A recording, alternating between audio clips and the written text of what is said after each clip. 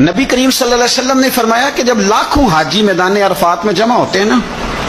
میدان عرفات میں کوئی بہت عالیشان بندوبست آج بھی نہیں ہے، آج بھی لوگ چٹائیوں پہ بیٹھتے ہیں، اور اے سی والی بس میں بھی آپ بیٹھ کے جائیں تو پھر بھی کچھ نہ کچھ گرد آپ پڑ ہی جاتی ہے، لیکن لاکھوں لوگ آئیں پر اکٹھے ہو کے آئیں۔ اکیلے اکیلے کوئی میدان عرفات میں جائے اور 9 ذی الحج کے علاوہ جائے تو یہ مقام اسے نہیں ملتا۔ لاکھوں آئے، اکٹھے آئے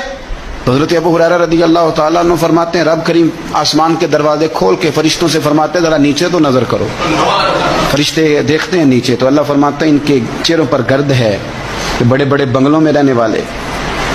ان کی حالت دیکھو کتنی آج خستہ ہے، گویا تم نے تو کہا تھا نا یہ فساد پھیلائیں گے، تو فرشتوں مجھے بتاؤ یہ اربوں پتی، یہ مفتی، یہ صوفی، یہ علامہ، یہ شیخ، یہ پیر، یہ اتنے بڑے لوگ یہ کدھر آئے ہیں بتاؤ؟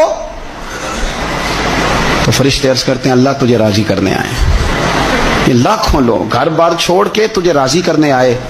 تو میرے نبی پاک علیہ السلام فرماتے ہیں پھر رب فرماتا ہے تم گواہ ہو جاؤ میں نے ان سب کو دوزخ سے آزاد کر کے ان کے لیے جنت کا فیصلہ کر لیا۔ اگلے لفظ سنیں گے تو اور خوش ہو جائیں گے۔ نبی پاک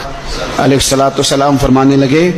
حضور فرمانے لگے رب فرشتوں سے فرماتا ہے انہیں بھی بخش دیا ہے، اور جن جن کے لیے دعا کریں گے میں ان سب کی بھی